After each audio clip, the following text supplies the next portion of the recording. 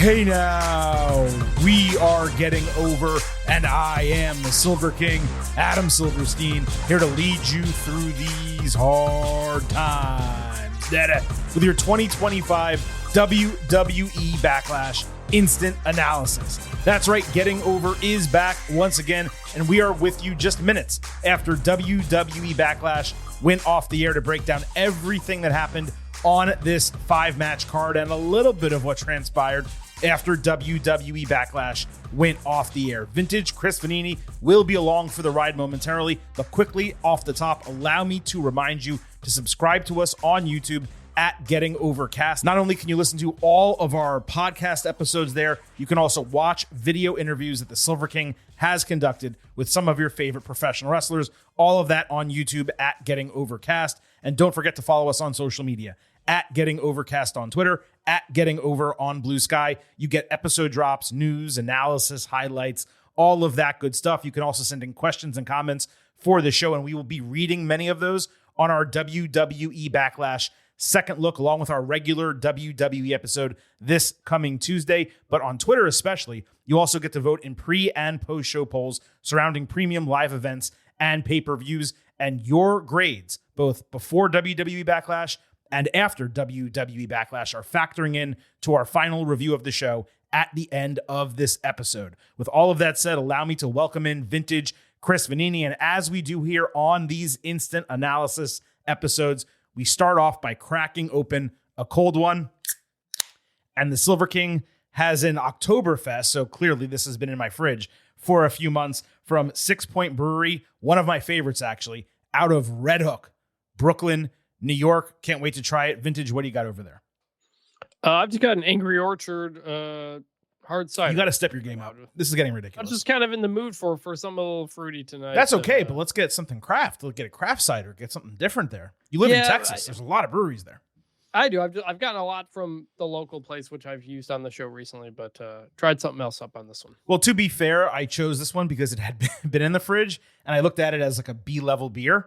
And I figured a B-level beer for what we thought, right, coming in, was a B-level show. Because I'll tell you this, Friday night after SmackDown, and we did discuss this somewhat on the Ultimate Preview that we published earlier in the week, I did realize, or at least come to the full realization, that this was the first WWE Premium Live event in years that truly, truly felt like a B show. Like one of those brand-specific PLEs from back in the day. It was almost built more like a Saturday night's main event than a major show. It lacked significant juice coming in. And again, I know we said that earlier in the week, but Friday watching SmackDown, it really hammered that home. And I felt like that was worth repeating off the top here to set the scene for our expectations, given we may have some first-time listeners, and also because a small portion of the show will include go-home moments from SmackDown when it comes to the John Cena and Randy Orton match, and of course, the United States Championship. Yeah, and as we also talked about in the Ultimate Preview, it's probably going to be like this for a while because there are so many big shows coming up for the rest of the year. This, WrestleMania was good, top to bottom, loaded show, but, when you get into a 5-match card, it's going to get tough. And we may have more of those on the horizon. Yeah, I mean, we discussed it on Tuesday's Ultimate Preview for WWE Backlash, but WWE is running, I think, what did I say, 6 events in 9 weeks? Or 7 and 10 if they announced? I think it was 7 and 10. And the other part of it, this isn't even it feels like half or more than half of WWE's pay-per-views these days are stadium shows. Mm-hmm. When you've got a non-stadium show in the United States, probably going to be a B-level show on paper at this point. On paper, yes. And especially when you have 2 weeks later a Saturday night's main event. And then 2 weeks after that, Money in the Bank in Los Angeles. Money in the Bank is less than a month away right now. And this was 3 weeks after WrestleMania. So they're really jamming these in close proximity to one another. And that's why this did feel, again, coming in, like not just a B-level show, but a B show potentially as terms of a final grade. I wanted to mention off the top, this guy, Pershard Owens, sang the Star-Spangled Banner ahead of Backlash. Wow. Tremendous job by this dude. Shout out to him. This is traditionally something WWE saves for major shows or in countries where it's mandated, such as, I believe, Canada. So doing it at Backlash, I thought was really interesting. And beyond that, I just wanted to say, I know St. Louis loves its sports teams, okay? but replacing Brave with Blues at the end of the Star Spangled Banner to shout out your hockey team, it's crap when it's not an actual hockey game that you're at. So I just wanted to nudge, what do they call them? The St. Louisians. I wanted to nudge them a bit. Thank you at least for Nelly, but get rid of that shit. Yeah, actually, there's a lot of teams that actually do this. The Dallas Stars say Stars. The Kansas City Chiefs do Home of the Chiefs. I think Terrible. The Washington Capitals do Red. I don't like anybody doing this. We have better national songs than the Star Spangled Banner, but I don't like any of it. Show some respect. My thing is this. I don't like it at all. If you're going to do it at the game you're attending. So if you're at a Chiefs game, do it at a Chiefs game. If you're at a Blues game, do it at a Blues game. Don't do it at a WWE show. It's the Star Spangled Banner. It's our national anthem. And to your point, there are, arguably better songs that are, patriotic themes, I guess is the best way to put it, right? America the Beautiful. You love America the Beautiful. WWE in the past would sing that before WrestleMania, and that was great. And we love those songs. But yes, when it comes to the Star Spangled Banner, let's just keep it traditional. Again, at least for the Silver King, if you're at one of those games, I'll allow it. Anyway, lastly, before we go match by match here, Chris, we wouldn't be doing our jobs if we did not discuss that absolute eyesore of a yellow logo in the middle of the canvas for Backlash. Holy crap. The ads in the ring, they've sucked to different degrees over the last year, but this was an all-timer. It was awful looking, and it actively distracted visually, unlike some of the others. The others were, crappy to see, but you could get past them. This one bothered me the entire show. Very much. It was that law firm or whatever that has been sponsoring WWE. It reminded me of WrestleMania 40 when they had all those colored ads on the LED boards that really did not match. WWE had been better. Way better. On the rest of this show, they'll have the ads, but they're like slid in on ways that are less distracting to the eyes. This one was the worst of the bunch. It was the only one that bothered me on the entire show. And I'll tell you what, if it was like black with a yellow outline or just plain black or gray or something, it would have been totally fine. But the fact that it was that yellow and that in our face, and I guess it worked because now people know the name of that firm, but I would never use them because they ruined, the visual of Backlash for me. So screw them. Anyway, let's go match by match talking WWE Backlash. This is what we do here on the Instant Analysis. We're going to break down any go-home moments that happened from SmackDown. We're going to talk about the match that transpired at Backlash, and we're going to give you our analysis and grades at the end. And at the conclusion of this show, we'll give you final grades for WWE Backlash. And we're going to kick off where WWE concluded. John Cena defending the WWE Championship against Randy Orton. First, from SmackDown. R-Truth was in the loading dock holding a Let's Go Cena sign with the crowd responding, Cena sucks, which was actually pretty cool to hear. Jimmy Uso came up, said the same, and then walked away. I don't know why Jimmy's so involved in this, but that's what he's doing. Cena main evented Friday night, again, forcing a re-announce. In the middle of it, someone literally threw an aluminum Michelob Ultra bottle right at him. So he stopped and then restarted the announce, which was great. Boos, but mixed chants.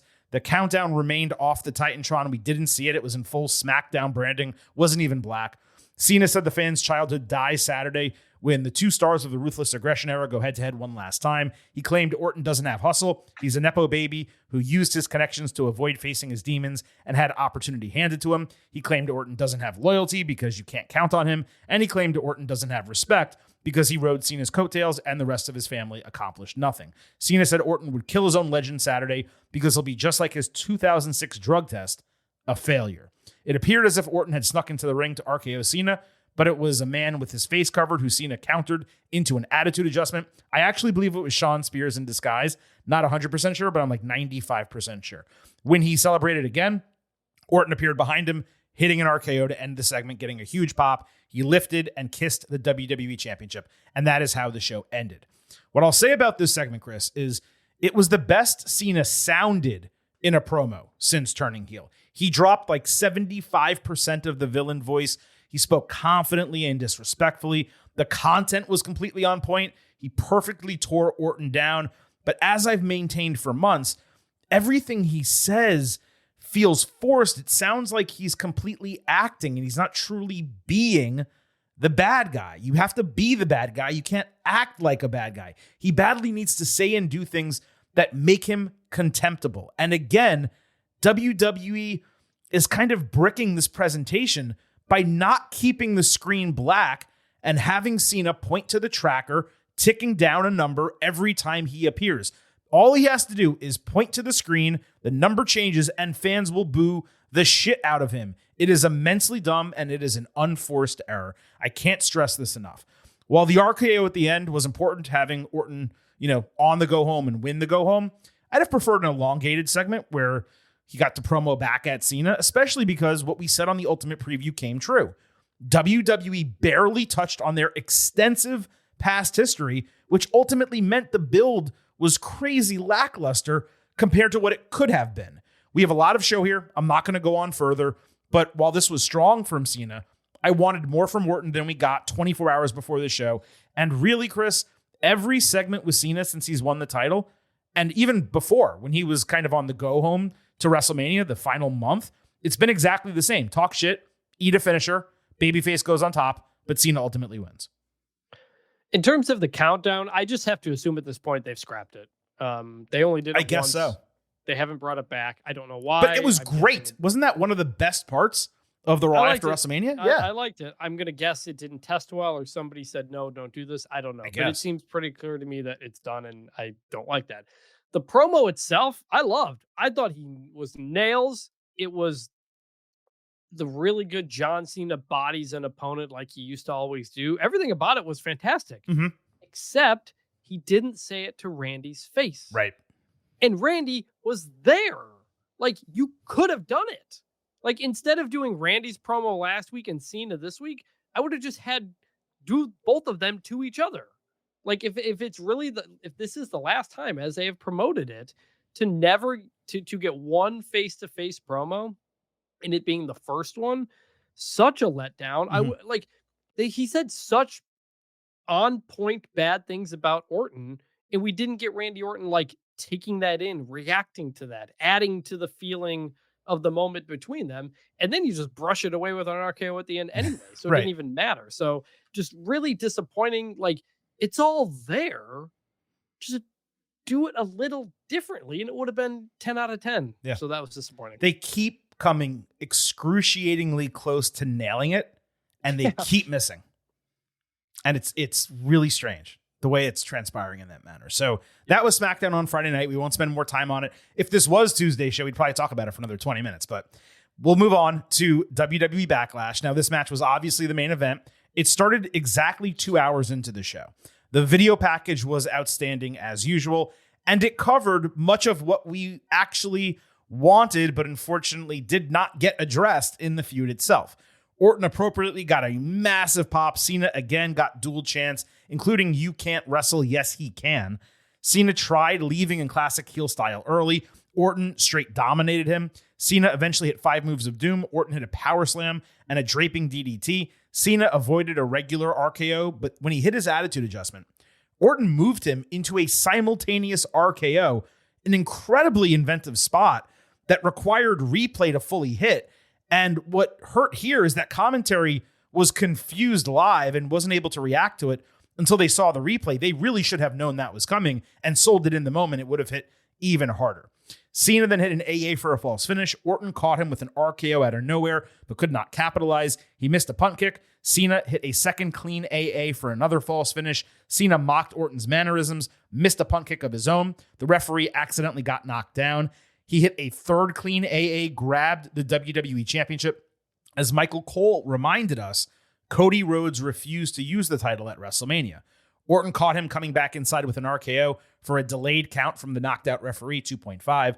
Orton cleared the announce table. This time, Cena purposefully ran Orton into the referee. He fell into the steel steps. Orton reversed an AA, putting Cena into the table, which didn't collapse until an aftershock. Hysterically, Orton went to grab something from under the ring. He basically wanted to redo the table spot, but he went to the left side where the LED board was. So he walks up to the LED board and he shakes his head. He's like, oh, this sucks. And he has to go all the way around to the other side of the ring, gets a table, sets it up, and then does an AA into the table. They basically just wanted to break the table. There was no way that was planned initially. Something else that I found funny is that Prime is ringside, and he actually took a sip of it. But under the ring are ice cold water bottles and Gatorade bottles, which of course are superior in pretty much every way. I digress. Orton hit an RKO back inside with a new official running in for another false finish. Cena tried using the title. Randy ducked. The new referee ate it. Another RKO landed with no one to count. 6 suits ran out to check on the referee, but no other official came out to the ring. So Orton properly screamed at Nick Aldis, and then when he didn't have an answer for him, he RKO'd him, along with Drake Maverick, Shane Helms, Daivari, and Jamie Noble in succession. Let the bodies hit the floor. Orton set up the punt kick only for R-Truth to run in and eat an RKO with Orton screaming "why" at him. Cena low blowed distracted Orton, drilled him with the title, and fully covered his body for the 1-2-3 in 28 minutes. Cena grabbed the mic after the bell. He cut his own music, saying he needs competition, not the fans, because he's what the last real champion looks like. He had the thug life accent going on a little bit here, which is way better for him to use as a heel. Let me be clear about that. Cena got fully booed, but as he lingered around the ring, fans did chant "Thank you, Cena," because it was his last time in St. Louis. And Cena purposefully showed like some regret and emotion at the end, and then he literally shook it off, took the title, and left. So probably hints that this baby face is still inside him somewhere.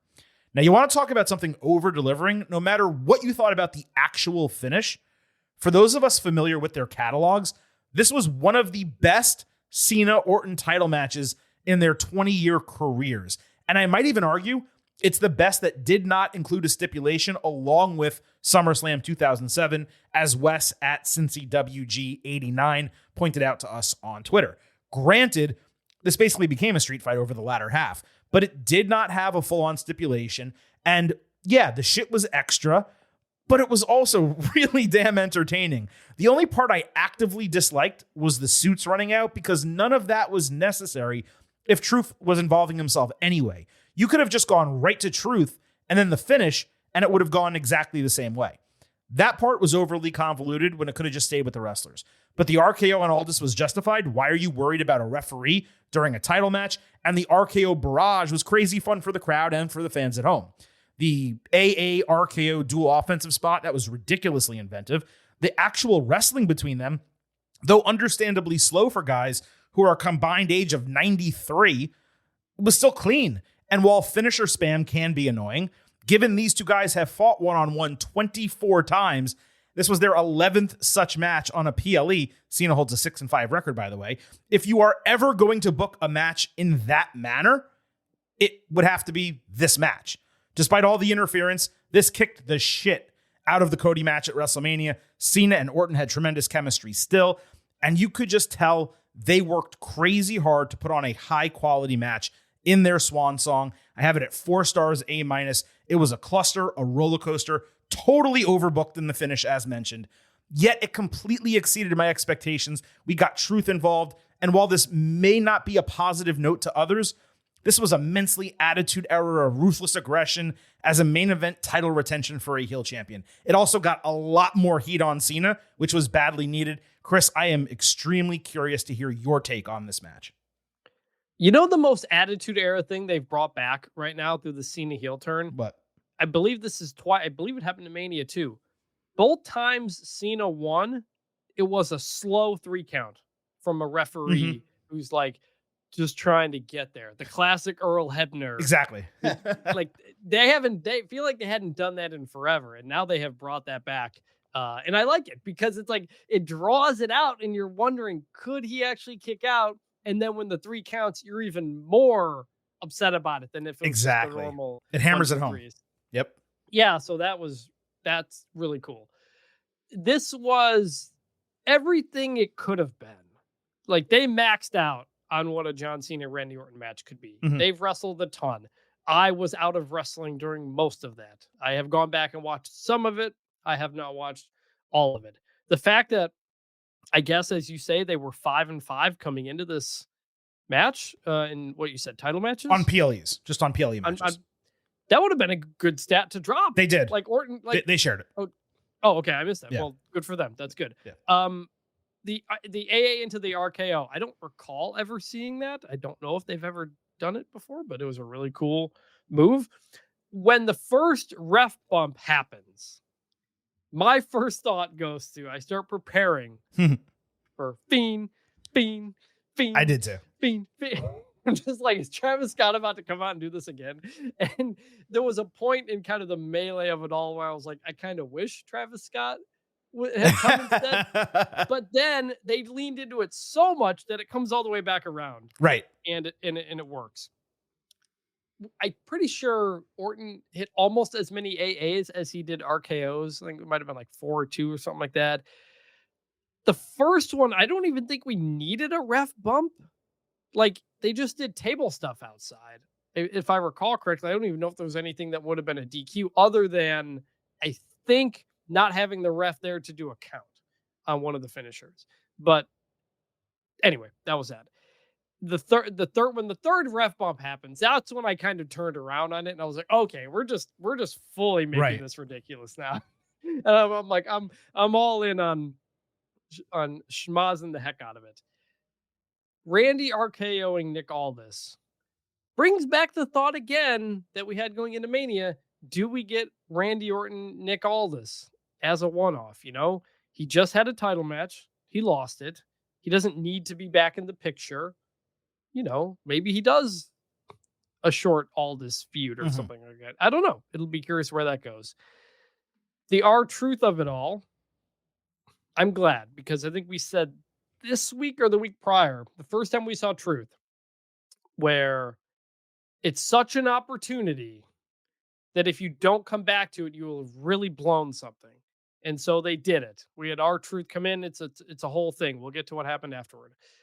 Do I love that R-Truth factored into the end of the last John Cena Randy Orton match? On paper, I don't, but it fit the match. Ultimately, my last thought is that John Cena's hair transplant guy did a really good job. His hair looks his hair looks fantastic. He did. No, you're 100% right. Look, St. Louis deserves a ton of credit for raising the rent significantly with their reactions. They weren't amazing all show, but they were for the vast majority of it, and they absolutely were in this match. I thought the finish, you know, it was classic heel BS, and I agree with you in that, and I said it, you know, before. If you just cut out the third referee bump, and you take out all the suits and all that, and you just have R-Truth show up basically 2 minutes earlier, I think it's received even better because it was one step too far. The thought I had when you were saying fiend is, what if that music hit, but it was Truth that came out? Oh, man, that would have been good. I think that would have been incredible because he would have seen that, like his character, right? Would have seen that from WrestleMania and wanted to do the same thing to help.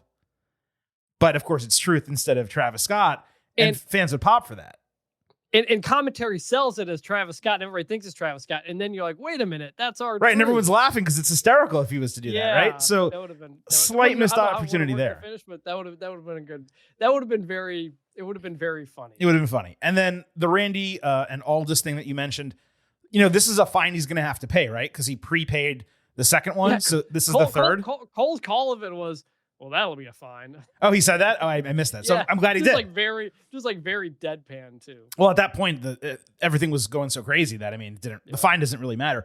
But my take on it, to what you just said, is that Aldis, I'm not going to say he cost him the title, but worrying about the referee rather than getting another referee out there, Orton should be mad at that. Aldis deserved the RKO. It's his job to ensure the referees get out there and call the match appropriately.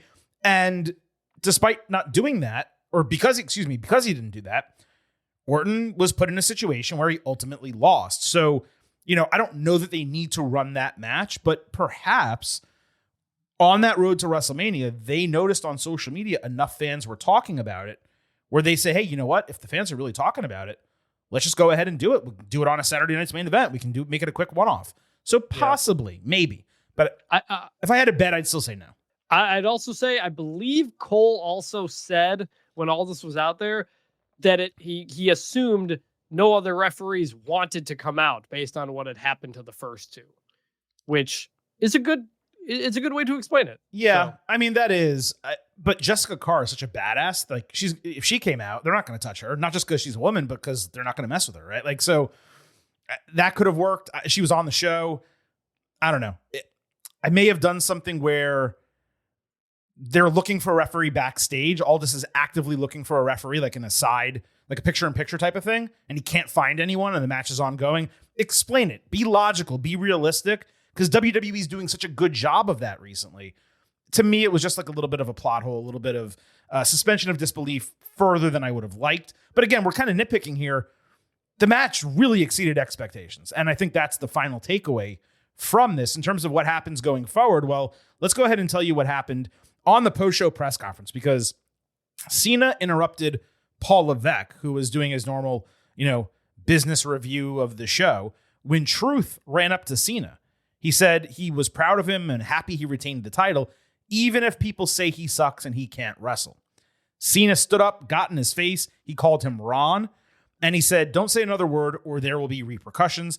And when Truth started speaking, he just said, like, "Wait a minute," or something like that, like just a regular phrase. Cena picked him up, put him through a table with an AA, and walked off.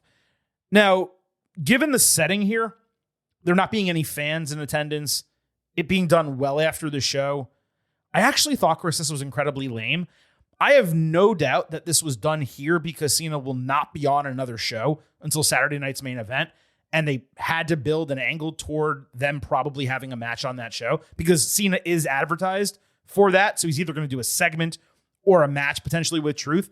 But they could have done this in a post-match celebration in front of the crowd to get massive heat on Cena. This was a hugely wasted opportunity yet again in this storyline. You literally had Cena grab a mic after this was over and cut a promo, and you could have just had Truth interrupt him because he was ringside and do the exact same thing. You get more heat on Cena, the crowd reacts to Truth, and now you have a hot story going into potentially Saturday night's main event. Instead, you do this after the vast majority of viewers have tuned out and in the most boring, low-impact way possible. No, 100%. It's like you did the right thing.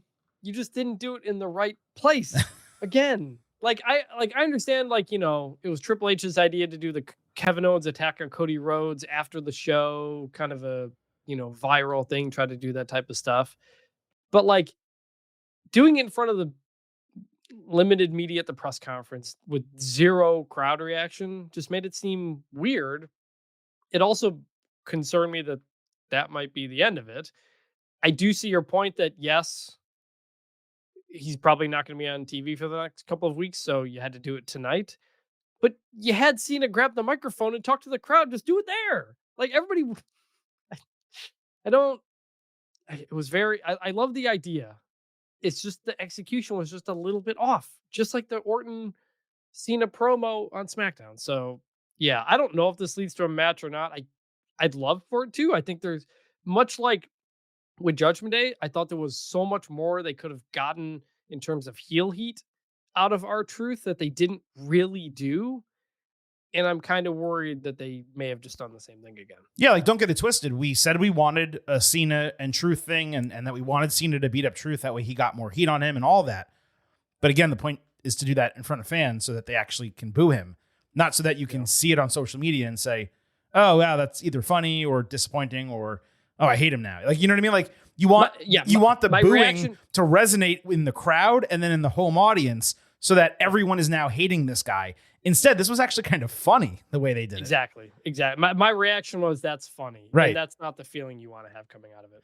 Exactly. Now, the feeling that we would like to have is all of you remembering that here on the Getting Over Wrestling podcast, it's all about Defy. So if you could, head over to Apple Podcasts and Spotify, leave a 5-star rating on Apple Podcasts, take a little extra time, leave a 5-star written review. If you do, we will read that review live right here on the show, but please do not forget to leave those 5-star ratings on both services, especially Spotify, where our listenership continues to grow, and all of those 5-star ratings are immensely important. Let's move to what I would consider the co-main event of the show, the Women's Intercontinental Championship, Lyra Valkyria defending against Becky Lynch.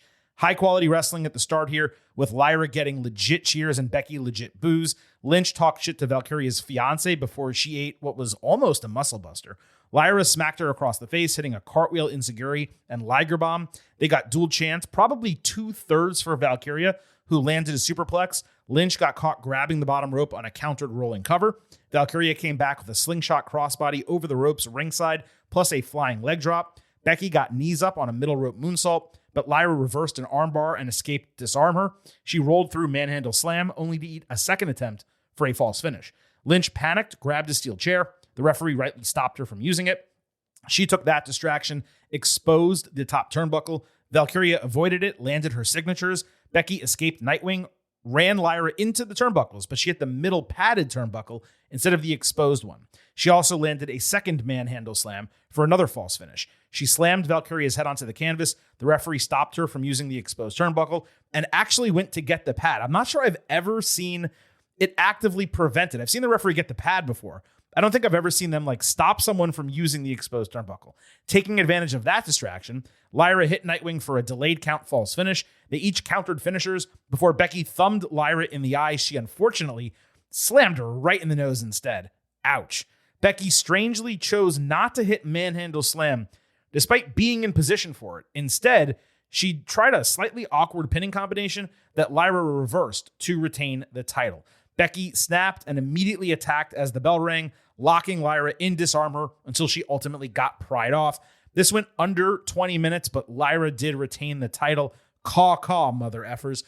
Surprised to see the match finish the way it did, given Becky cheated multiple times, plus the turnbuckle never actually came into play.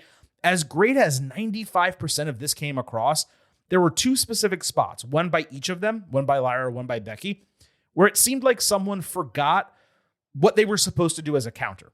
One of those being the finish resulted in the ending being unnecessarily clunky for that particular reason. It would not have made sense for Lyra to win with her finisher at this juncture of the story. So this was a proper match ending for a title retention without interference. And while we both predicted Lynch winning the title here, I have no issue whatsoever with Valkyria retaining. It further legitimized her and will hopefully continue this positive reaction and all this momentum she's getting from the fans. They went from 65-35 cheering her at the beginning to 50-50 in the middle of the match. And then it swung 85-15 toward Lyra at the end. That was the goal of this match, to get her cheered. And it's what happens when you give people time to go out there and put on a banger and focus on building and delivering a match story as opposed to only doing cool moves. It did feel like it was on its way, building to be a substantially notable match. In the end, I have it at 4.25 stars and an A. It was the match of the night from an in-ring standpoint. Great, not necessarily memorable long-term. I thought it was, if not a star-making moment for Lyra, a star-enhancing moment for her. I'm going to rewatch it once, obviously, before our next WWE show, probably not again after that. Still, that's a really high watermark for this IC title, and it's probably just a tick lower than the Becky and Lyra match for the NXT Championship, if memory serves me properly. It's about what I expected for their first main roster matchup together. A terrific reminder that while fans want to cheer for Bex, she is an excellent heel. She's an excellent heel, but Lyra is doing a really good job to get cheers. She's a great babyface. Yeah. And there was a moment in the match where I think Becky was out of the ring and Lyra was in the middle of the ring, and she starts flapping her arms and gets the crowd to do the wooing. That's exactly what you should be doing. That's babyface 101, playing with the crowd, doing that type of stuff. So she's done a really good job in a really short turnaround time with this whole Becky feud being just a couple of weeks to get people behind her. So that was good. This was a solid match. I give it an A-. It's not one I'm going to remember.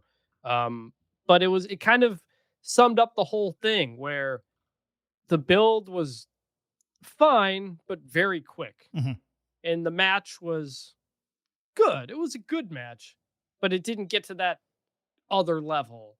The build didn't either. So I don't know what happens coming out of this. I mean, Becky beating her up afterward is usually a sign that we're not done. Right. I thought in the moment Bayley was going to come out and we were going to move into that. That didn't happen. I'm just now realizing that people from the back have come out twice in 5 matches on this show. So yeah, solid, good job. Yeah, if Bayley ran out, you say, okay, Becky moves into that. And then if she wants to go after the title following, then that would make sense. But because there was no Bayley, you assume they're going to run this back and then Bayley shows up. And how does that happen? Like at this point, it feels like it's going to be Bayley helping Lyra retain again in some way, Becky and Bayley feuding at SummerSlam potentially, and Lyra retaining for a decent period of time. I mean, that's what I would guess. I think so too. Before we move off this, I'll just briefly point out one reason this probably hit better for me and another group of fans as well is because we saw everything that transpired in NXT. So while we were in complete agreement that we wanted more build for this actual match on the main roster, we all know that there were only 3 weeks between WrestleMania and this. It's one of the reasons why they booked it the way it did, to have that storyline actually begin at WrestleMania and continue on through this with Becky and Lyra. Obviously, Bayley started even further back. But there's also a lot of history that they had together in NXT, which played into this part of their storyline, hit more for some viewers, certainly less for others who perhaps just didn't watch NXT or didn't care to find out about it. And that's completely fair. Here on the Getting Over Wrestling podcast, I happen to love the number 5. and I hope you do as well, because for $5 a month or $50 for the entire year, you can become an official Getting Overhead. Just visit buymeacoffee.com/gettingover, sign up. You'll get bonus audio, the fastest 5 minutes in professional wrestling, instant reactions to every major TV show, and exclusive news analysis every week. You can get all of it and financially support the continuation of this ad-free podcast by heading over to buymeacoffee.com/gettingover. Chris, let's talk Pat McAfee and Gunther. Cole apologized to the audience during McAfee's entrance because he was about to be biased on commentary for the first time in his entire career. This right here is bullshit. I'm being facetious with that, obviously. He was talking about actively rooting for someone on commentary, which did make sense. McAfee wore a blue football jersey with a WWE logo. I presume they wanted to use an Indianapolis Colts jersey, and they were disallowed by the team or the NFL because there wasn't enough on this jersey to make me believe it was something WWE was trying to sell. And if McAfee was going to wear a jersey out like that, they would want to put it on the shop, right? Yeah, I couldn't quite see what he had written on the back either. Yeah, it didn't say McAfee, I don't think. No, it might. Maybe it's a Pat McAfee show or something. I don't know. It was weird. It started with an M. It was like several words. I don't know, but I did see the WWE logo in the middle of it. Not sure why. They had some Colts themed stuff at WrestleMania. I'm sorry, at the Rumble when I was in Indianapolis. So I don't know. But this isn't in Indianapolis. He didn't even wrestle in it anyway, so that made it even weird. Right, he wore it out to the... Yeah, it was just so strange that they did that. Anyway, the first 90 seconds of this was mostly stalling. McAfee surprised Gunther with some counter ability. When he tried to slingshot himself over the top rope, his foot got caught, but he recovered, hit a short barrage of offense. Gunther taunted Cole with the crowd screaming, "You tapped out," at him. McAfee smacked Gunther across the face, only to eat a chop and a German suplex. He fought out of a sleeper hold, only to eat another German, as Cole begged for the match to end.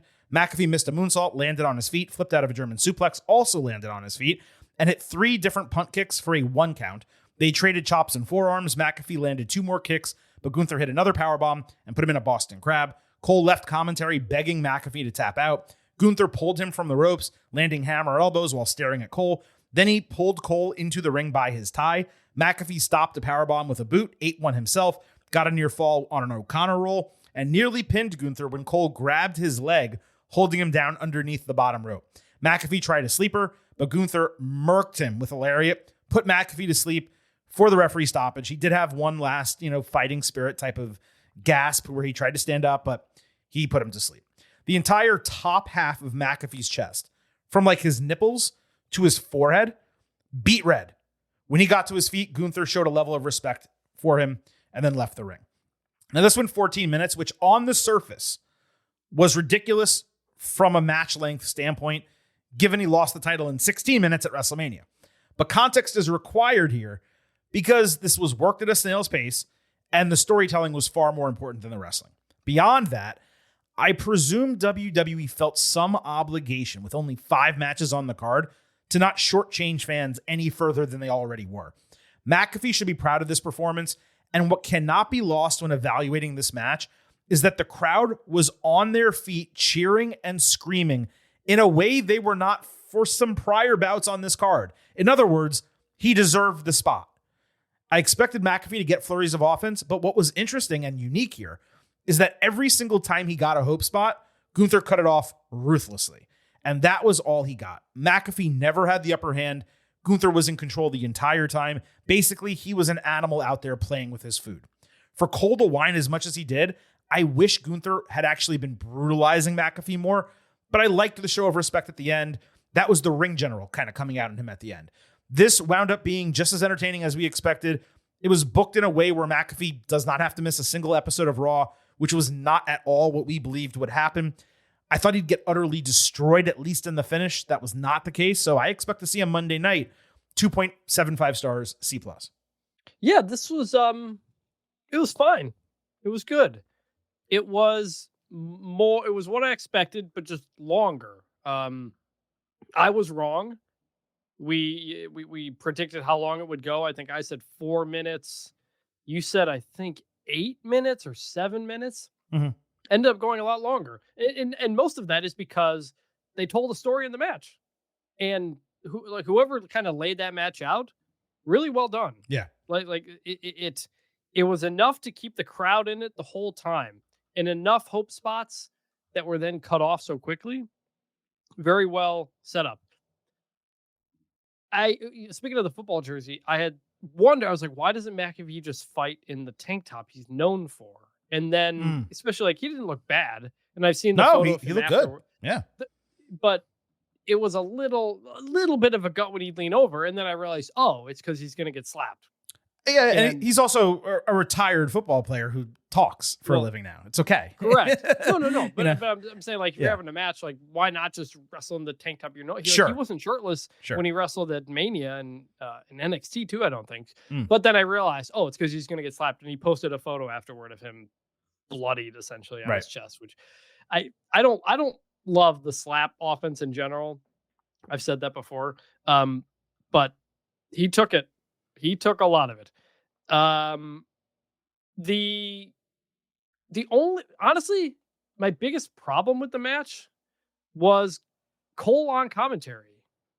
It was just kind of annoying. It was. I get you're rooting for him to win, but it was just Cole complaining to Gunther the whole time. It didn't make me root for McAfee anymore. Right. It was just so when it was just Wade Barrett, which I guess we didn't even say, but it was Cole and Barrett on the whole show. Right. Which made sense because McAfee had this. So that made sense. Barrett was pretty good trying to call it when it was just himself. I thought Cole might take something to put a little bit more heat on. I thought he was going to take something and Joe Tessitore was going to come out. Yeah, could have done that. But or Vic Joseph. Ultimately, like you said, it wasn't violent enough that McAfee will miss time. It wasn't heelish enough that I don't know if he necessarily got more heat. I think the person who gained the most out of it was McAfee. Yeah. Who did a good job, and credit to him for the way he sold the sleeper and the hope spot at the end. Mm-hmm. And so we always want out of those spots. I always complain on the show. Why don't they do the lift the arm and drop it? And then the face holds their arm up and shakes it and then it gets the crowd going. He just did that on his own. And the crowd got really into it. Yeah. I was like, yes, because it's a great pro wrestling storytelling device. And so credit to him for selling the hold for a while, the sleeper for a while before he passes out. It's what we kind of wanted from Gunther and Jay. The longer you hold it, the more kind of devastating it is when it ends. It's more dramatic. So, yes, exactly. So all in all, it was fine. It was good. I didn't come away with it thinking now Gunther's going to face Goldberg clearly coming up. He's on the warpath. That didn't happen. It just kind of gave McAfee a lot of respect. Yeah, it kind of was a self-contained story. We thought it was going to lead to something else, and it just didn't. And that's okay because it was entertaining and the fans loved it. But I don't want to say disappointing, but it did not hit that expectation of, this guy is going to go absolutely mad. He lost to Jay. Pat's going to take him a little bit further than he expected, and he's just going to be on a warpath. That's not happening. So it's going to be interesting to see what the Gunther storyline is. The only thing I disagreed with that you just said is I feel like you drastically underplayed Wade Barrett and what he did on this show. First of all, he was incredible the entire show. Yes. But in this match, when Cole left commentary and he was going at it on his own, I thought he was phenomenal. Calling the action, keeping everything going. I don't want to say being unbiased, but, just calling the match solo by himself, which is not anything he's ever done before. So I know you didn't mean to undersell him. You're not saying he didn't do a great job, but I wanted to kind of double back on that and say he was phenomenal. He was great on the entire show, but he was phenomenal at the end of this match. No question about it. All right, let's move to the United States Championship. Jacob Fatu defending against Drew McIntyre, LA Knight, and Damian Priest in a fatal four-way match, but there was go-home build from SmackDown. We had Knight and Priest against Fatu and Solo Sikoa. The faces did a confrontation promo segment just outside gorilla position, basically side-eyeing one another while agreeing to work together. Knight was on fire. The crowd was fully behind him, taking Fatu down when each blind tagged the other, allowing Sikoa to get the upper hand, but Knight ducked Samoan Spike, hit the BFT, got the win. The faces threw hands after the bell. That allowed Fatu to crush both of them with hip attacks in the corners. As he was celebrating, McIntyre ran in with a blindside Claymore. He stood tall at the end. It was a really hot opener for the second week in a row. Continuing the animosity between Knight and Priest, that was key because they really should feud after Backlash. Now, it's probably going to be McIntyre and Priest. We knew that. But Knight and Priest is more interesting because we haven't seen it yet. Sikoa taking the fall, that was obvious but unfortunate given how far he's been reduced of late. But what's so interesting about this is the crowd cheered for everyone in the match despite half of them being heels. Well, that brings up something I was going to save for after the match, which is, I don't know if Jacob Fatu's a heel. He certainly is not to the crowd. He's not to the crowd. Yeah. Like Solo is, but he even like he's not totally a heel on screen either. But it's setting up something that we'll get to. Sure. But yes, I agree. LA Knight, crazy over. Well, we can get into some stuff on the pay-per-view too, but when he comes out at the beginning of the match, they show the decibels, and his matched Randy Orton's later in the show. I don't know that those are legitimate anymore. They're not, but I'm just saying, like, it was interesting. Like LA Knight, he makes the Priest thing interesting. He makes everything around him interesting because he's very good at this. One more thing from SmackDown. McIntyre cut a logical promo backstage saying neither Knight nor Priest should be in the match, given they both lost at WrestleMania, fair and square. Plus, Drew straight up won the #1 contendership. Thank you! McIntyre then explained the U.S. title would make him a Grand Slam champion, and Fatu running all gas, no brakes would lead to him running into a brick wall. He made a hysterical face while doing this. We posted on social media. It's already become a meme. Not from us, just in general. Sikoa later threw a fit backstage demanding to Fatu that they need a game plan. Jacob again snapped at him, saying he doesn't need a plan. He just has to run the play of dog walking all three guys, which I thought was hysterical. We don't need a plan. My plan is just to murk people. That's what I'm going to go out there and do. Excellent promo for McIntyre, almost word for word what I said last week on the show when this match was made about him being a rightful #1 contender and no one else deserving it. Another reminder that Drew is always right. Sikoa and Fatu, that was a continuation of their internal struggle, didn't add much, but it did make me believe it was possible that Jacob might drop the title fairly quickly. I wasn't thinking on this show, and we did not predict that, but I think it might actually come sooner than later. Fatu badly needs to move away, Chris, from his 3 catchphrases. He has to say more meaningful stuff because it's already getting old. Well, it is and it isn't. The crowd is kind of going along with it. It's okay to say those things, but you have to have more words between them. Correct. He does have That's what I'm trying to say. He's not a full promo there yet. Right. I think he's capable of it and he has done it before, but he's not doing it anymore. It's like they've reduced him to catchphrases, which is not good. Yeah, I don't know his history before WWE, so I don't know how good of a promo he is. He's a good promo. But we haven't gotten a ton of it yet. All right. So this United States Championship, it opened Backlash. 4 big men slapping meat equals excitement. Impressive how all 4 guys got significant pops for their entrance, as you noted. Priest slightly less so than the others, but the fans were still plenty loud for him. They also chanted, "We want tables" 5 minutes into the match for no reason whatsoever. So what do they know? Fatu caught Priest running for a pop-up Samoan drop into the top of the barricade. He did the same to McIntyre in the ring after like an aura off between them. McIntyre, in a tree of woe, pulled Fatu off the top rope for a toss belly-to-belly suplex, but he landed on Knight for basically a senton. He immediately popped up, hit a tope suicida on Priest, and delivered a swanton bomb on Drew. Knight caught him with a BFT. Priest took LA out with South of Heaven. McIntyre landed Claymore, needing to break a fall as Priest fell on top of Knight after eating that move. It was an excellent sequence, probably one of the loudest pops of the entire night. McIntyre landed a Future Shock DDT on Fatu and Knight. He added a Claymore, only for Priest to pull the referee out of the ring by his leg. They eliminated each other into the Timekeeper's area before brawling into the crowd, where Damian made a bored at work reference. He gouged out Drew's eyes, hit South of Heaven off 2 huge cases through 2 tables. Inside the ring, Knight avoided the jump up moonsault, landing consecutive jump up elbow drops for a 2.9. He tried to do the same onto the announce table, but Sikoa saved Fatu before he jumped. When Knight kind of went down off the ropes, he was trying to go after Solo. Jeff Cobb clotheslined him from over the barricade, murked him ringside. Jacob was confused by all of this, kind of staring down both of them. Ultimately, he took advantage, went back in the ring, hit his moves, retained the title in 18 minutes. Lots to digest coming out of this match. McIntyre and Priest seeing red, destroying each other in the crowd. It was logical from the standpoint of their immense hatred for one another, but doing that in the middle of a title match, to me, it's always silly because the title should be more important than your hate. But it did play into a big spot, and of course their feud is going to continue. McIntyre may have hit his head on the floor during that South of Heaven, which if so, Triple H did say he was okay afterward despite being banged up. These 4 guys bawled. I don't know what my grade on this match is. I need to watch it back because the ending, I'm not going to say it ruined it, but it did bring it down significantly. I was on my way to 4.25 stars and an A. I think I'm at 4 stars and an A minus ultimately. It was the perfect opener for a PLE, but it's simultaneously fair to point out the potential for it was so much higher if they all just finished in the ring together and there was not substantial interference at the end.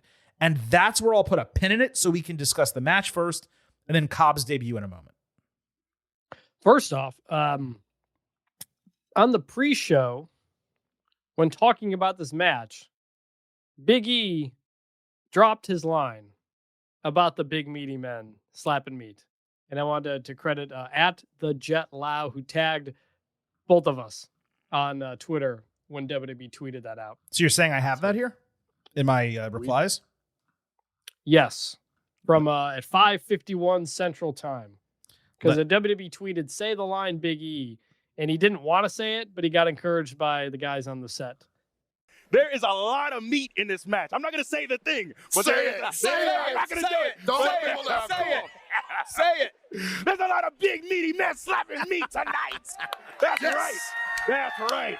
That's right. I mean, that's good. It's not as good as the original, but fair play. It's not, but it's good that he still said it. That was really cool. Sure. I thought this match was a blast, man. I had so much fun with it. I was not bothered by the end either, like you were. I wasn't bothered. Let me just be clear. I wasn't bothered. I just wish it got to conclude normally. That's all. I mean, yeah, but we knew Jacob Fatu was going to win, so I wasn't like, oh, we got robbed of something else happening. But fair enough. The spot where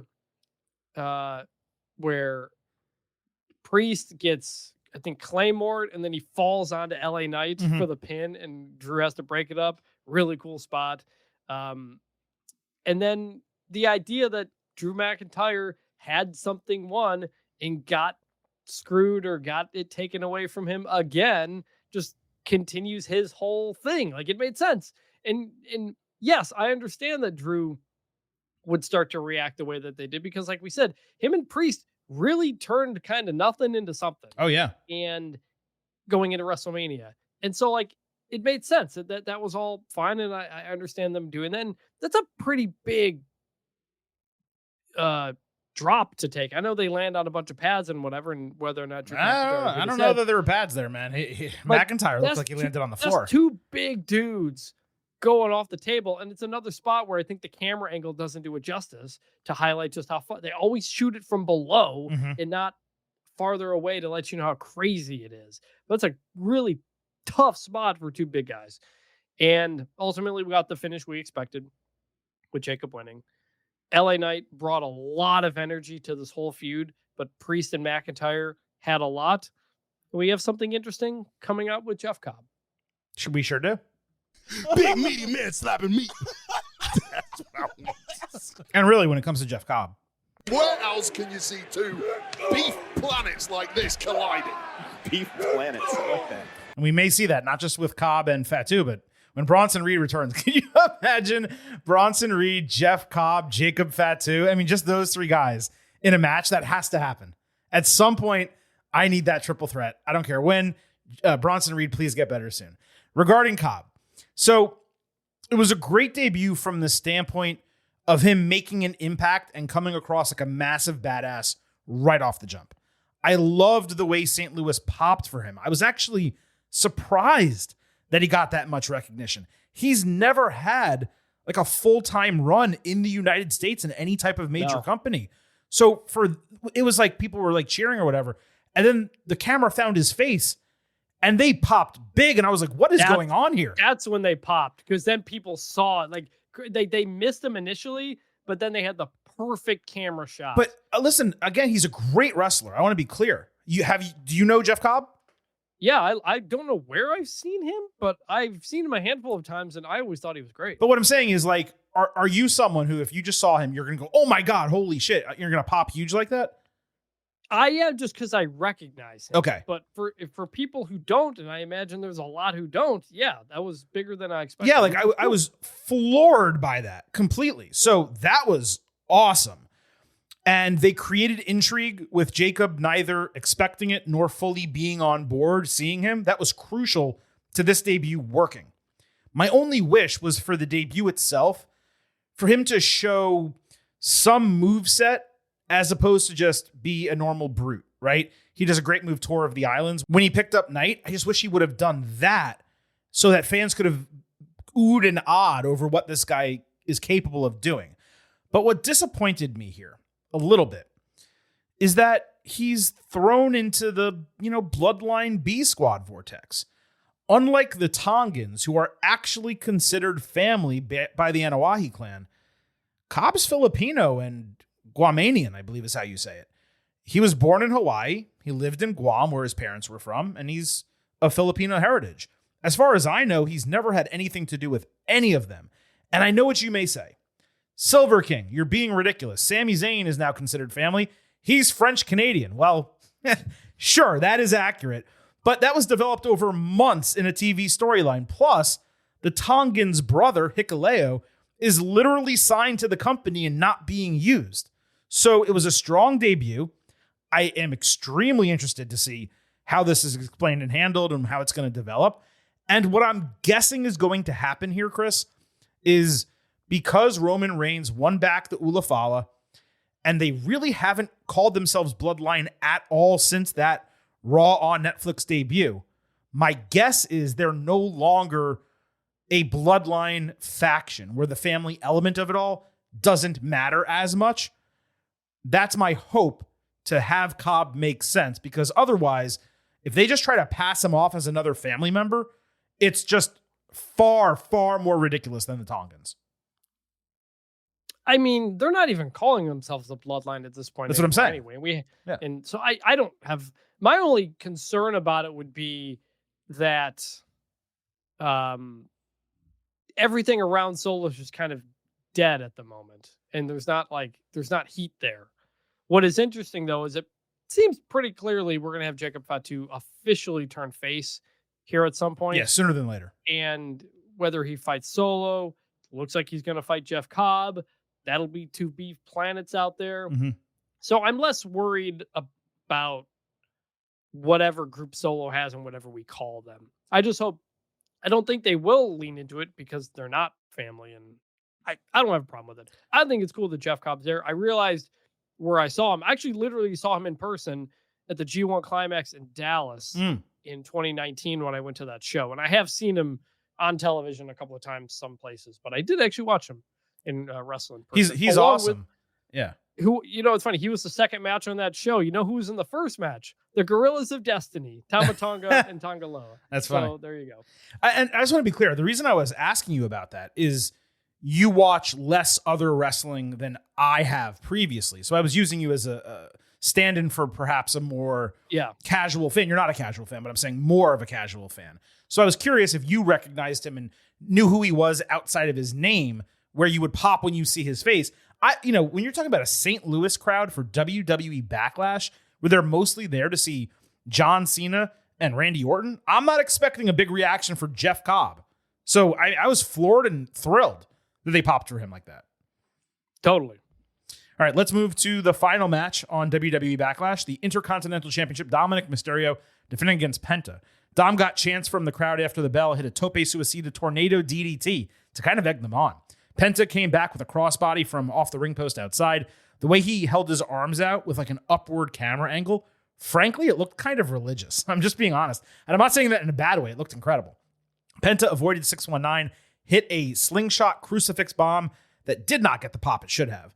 Dom hit Liv Morgan's Oblivion, which was awesome. And they legitimately got dual chants. Penta and Dom, equal kind of, maybe not baby faces, but popularity. Mysterio ate a Mexican Destroyer on the apron with an excellent sell.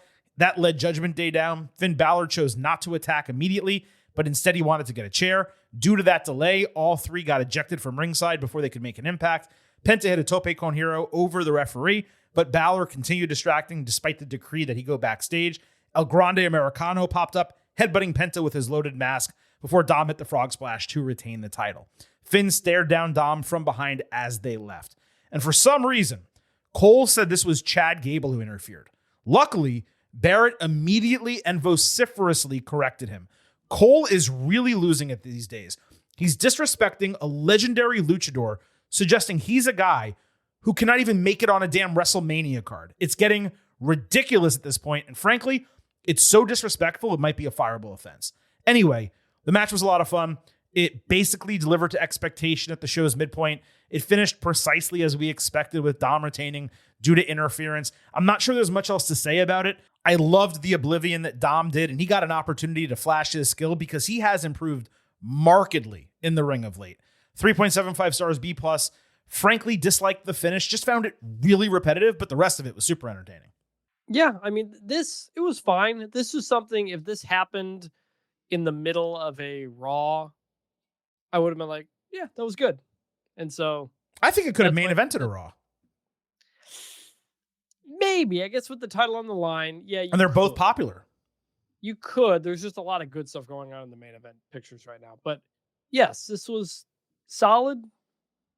And the El Grande Americano finish was not something I necessarily saw coming, but it made sense. And I liked him posing when he was laying down on the side of the ring afterward. That was kind of funny. It was funny, yeah. So that was good. It was good stuff. Couple notes to wrap here. Penta wore all blue, which I thought was a great look for him. His entrance finally has not only been completed, it's been perfected. He looked amazing coming down to the ring. Also, it feels to me like we're about to get like a Judgment Day and Americano against LWO and Penta feud sooner than later, which kind of sucks. And I'm also just projecting, so I'm not saying it's definitely happening. WWE, I think they've had to pivot these storylines due to the Rey Mysterio injury, and that stuff does happen sometimes, but yeah. I'm just kind of curious to see how all this pieces together, what happens with Dominic and Finn Balor. You know, they've wasted so much time not doing the, Austin Theory breakup and delaying the Judgment Day breakup and all this stuff that things just need to happen. Like, They can't keep dragging all this out. So I'm hoping that all transpires sooner than later. Agree. All right. Well, look, that wraps up the match-by-match breakdown of WWE Backlash, which brings us to our grade segment. What we're going to do first is discuss our pre-show expectation grades, and then we will end this episode with our final grades for WWE Backlash. On the Ultimate Preview for this PLE, the Silver King and Vintage, we gave our grades. I was at an 85, a flat B, probably the lowest expectation grade I've had for a WWE PLE in quite some time. Chris, you were at a B+. I believe the number you gave was an 88 out of 100. And on social media, we posted our poll. Again, follow us on Twitter at GettingOvercast, on Blue Sky at GettingOver, but we post these polls to Twitter because Blue Sky does not have that function. But our listeners, our Getting Overheads, they voted 9% in the A range, 76% B+ 2B, 15% B- 2C+. That averaged out, it was really right on the border between an 86 and an 87. I'm going to say 86B was their pre-show expectation grade, so slightly below mine. We have posted our post-show poll, and we will get to that. But first, as always in this grade segment, Vintage Chris Vanini gets the opportunity to go first. So Chris, what was your final grade for WWE Backlash? And I am extremely curious to see what number you give it. Gonna go with a B. And Wow. An 86, I guess the highest B, right? Or is it an 87? 86 is the highest B. Yeah, I'm going to go with that because I predicted a title change that didn't happen. So ultimately. So what? So I'm saying, so ultimately, like, nothing out of this show was all that impactful. Honestly, the most impactful thing moving forward might be Jeff Cobb's debut. But there's nothing that you like had to watch the show. My brother did not watch the show. He was at my cousin's wedding. And Why weren't you at your cousin's wedding? Because I'm going to be traveling for like the whole second half of May, including a wedding next weekend. So I couldn't make it up to Chicago. Fair enough. But you didn't need to watch the show. My brother was like, just text me what happens, as it goes on. Okay, but he was at a family gathering. I mean, no, but that's what it was. He's like, you can spoil it. That's fine. And I texted him as it went along. And as I was kind of telling him that as the show went along, I was like, there was really nothing here that like you had to watch. John Cena versus Orton, the second half of it was kind of a mess in a fun way. I thought the Fatal 4-Way was a lot of fun. The rest of it was good, but it was nothing I'm going to be like, oh, you should go watch that. It was really just one part of that. And so nothing impactful coming out of the show. And so I think you were closer going in. I'm going to go with a B. So you're downgrading from your expectation, basically. Correct. Because I predicted a title change, an impactful thing on the show that didn't happen. No, that's understandable. But I guess my question is, and I'm not trying to argue with your grade because it's your opinion, but just because something that you predicted didn't transpire, do you not believe this show was more entertaining than you expected going in? Because that's really what the grade is about. It's not if our predictions hit, it's how much we were entertained by the show. I'm not mad Becky didn't win. Right. It's just, it made the show even less of a big deal. I've always said that every time we do these grades, I say, did something happen on this show that mattered? And on this show, no. Honestly, it was Jeff Cobb. Yeah, but I'm not really trying to argue over your grade. I'm just trying to clarify. Stuff happening on the show that matters is obviously important, right? Because we want to have reasons to watch Raw on Monday and SmackDown on Friday and continue watching the product going forward. But at least when I'm grading a show, I'm looking at it, how good were the matches? How entertaining was the show? Did I leave it thinking I'm glad I watched? To what level did I leave it thinking I'm glad I watched this and spent my time watching it? Now, if you didn't, less than I felt going in. Exactly, that's what I was trying to get from because it mattered less. I had fun. I had about as much fun as I expected to have, but ultimately it was less than what I thought. That's exactly what I was trying to understand from your take. All right, cool, makes sense. What should we do next? Silver King's grade or the getting overheads? Your call. You go first. All right. So every single match on this card, for me, exceeded expectations. Despite there being no title changes and us flatly predicting 4 of the 5, saying Lyra and Becky could go either way, the way many of the matches were booked and the manner in which they ended were actually somewhat unexpected. Backlash, for me, over-delivered yet again. And I got to give credit where it's due to Paul Levesque for following through with a strong show, despite the extremely short window from WrestleMania and lacking build. I mean, it's one thing to criticize that we don't believe the last 3 weeks built this show enough, especially when it came to Cena and Orton. But by the time the show was over, I had way more fun than I expected. The matches were better bell to bell than I expected. And despite the fact that I had frustrations with some of the finishes, I was extremely pleased to spend my time on Saturday night watching this show. So believe it or not, we flipped our grades, Chris. So you went from an 88 to an 86. I figured that was happening when you kept pushing back on my grade. Well, no, I wasn't pushing back because I don't want you necessarily to agree with me. I was trying to understand like what your perspective was, because I was candidly surprised that this fell below your expectation, because for me, it definitely exceeded it. Barely, but yes. No, but I mean, you dropped it 2 points. That's below. So mine went up 3 points. So I literally took your grade. So again, just to reiterate, I had 85 expectation, 88 B plus as my final grade. You were at 88 B plus for your expectation grade and 86 B for your final grade. So we just swapped spots, which I think is pretty damn interesting. Now, our listeners are getting overheads. They got an opportunity to vote on social media, and the poll actually is closing just as we're doing the segment, which is great. It means the most accurate count that we've had yet. 15% said A+ to A, 42.4% A- to B+, 32% B to B-, and 10-11%, something like that, C+ or lower. Dropping that into the calculator, I'm getting 87.4. So they are not rounded up to the Silver King. They're not rounded down to Vintage. They're, of course, directly between us. So an 88 from the Silver King, B+, 87 from the Getting Overheads, B+, 86 from Vintage, B. We pretty much all thought the show was equally as good as one another, slight differences here and there. And I do feel like that's a fair evaluation for this show. I was actually surprised you came into it with a B+ expectation, to be candid with you, because I did not think that this show built anywhere near that level of expectation. And yet we pretty much all ended up in the same spot. Yes, the wrestling was everything I thought it was going to be, except for Gunther and McAfee went longer than I expected. But yeah, it starts off a weird stretch here where, you know, every couple of weeks we're going to be doing one of these, and it makes it really hard to build stories. And you're going to have stories that are overlapping. Like Jey Uso, Logan Paul was not on this show. It will be on Saturday night's main event.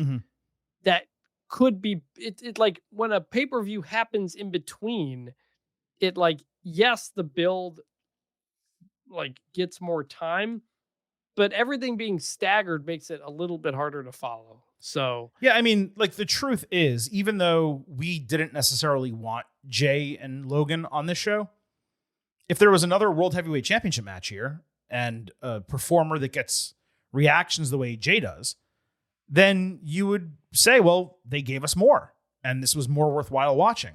And they're splitting up their top storylines across, again, Saturday night's main event in 2 weeks, Money in the Bank. Or if they'd even put Jey Uso, Seth Rollins that we got on Monday here instead. Yeah, that was a great Raw main event, though. I mean, that was pretty sick. No, I mean, like, we got a great match. I'm not complaining that. No, I know. Happened. I'm just saying it's an example of, like, these things are going to be spaced out more, and we're going to have less big shows because they want the Saturday night's main event to be big. They want, obviously, the PLEs to be big. They still want you to watch Raw and SmackDown, but they're also not fully utilizing their rosters to that degree, right? Because there's only so much TV time. They're hamstrung by their lack of TV time. It's crazy to even use that when they have 5.5 hours of main roster TV. But given how many special events they're trying to run, they actually don't have enough TV time to build to all of it. And that's the crazy part. Now, Money in the Bank is a little bit easier because you're going to have 2 briefcase matches. And of course, you're just going to do a bunch of qualifying matches, I would presume, over the next few weeks to get to that. So that's going to fill up TV. It's going to develop feuds and storylines. And you're going to be able to have those 2 matches on the card. All you need are 3 others. And you can easily do that. I'm sure they can throw, Tiffany Stratton and Nia Jax and a couple other things on there. And all of a sudden you have a full card. But again, you have Saturday night's main event between that. You may have one afterward. You have a quick build for some additional shows. They have Night of Champions now, I believe, end of June. So 3 or maybe 4 weeks at most after Money in the Bank. It's believed that WWE Evolution is going to get announced for the first weekend in July. I mean, that would be 10 events in 7 weeks.